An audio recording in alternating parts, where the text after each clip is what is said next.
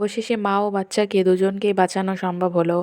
নিমফুলের মধু ধারাবাহিকের নতুন পর্বে দেখা যায় যে ডাক্তার এসে দত্তবাড়ির সকলকে বলে যে ওনার অবস্থা একদমই ভালো নয়, আমরা যে কোনো একজনকে বাঁচাতে পারবো, আপনারা এখন কাকে বাঁচাবেন সেটা ডিসাইড করুন।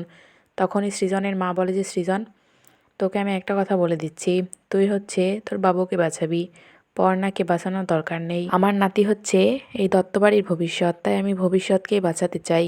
সৃজন বলে যে মা তুমি এসব কথা বলবে না, তুমি পর্ণার বিষয়ে কোনো কথা বলো না তো, আমার একদমই ভালো লাগছে না।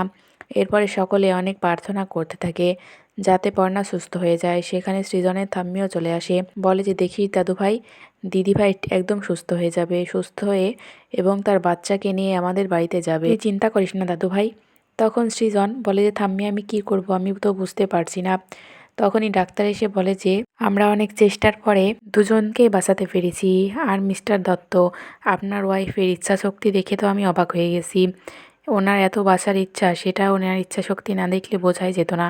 তখনই সৃজনের মা কৃষ্ণা বলে যে ডাক্তারবাবু কি হয়েছে, পর্ণার ছেলে না মেয়ে, আমার নাতি নাকি নাতনি? তখনই ডাক্তারবাবু বলে যে আপনাদের নাতনি হয়েছে। কথা শুনে সৃজনের মা বলে যে কি, নাতনি হয়েছে? কিন্তু আমি তো নাতি চেয়েছিলাম।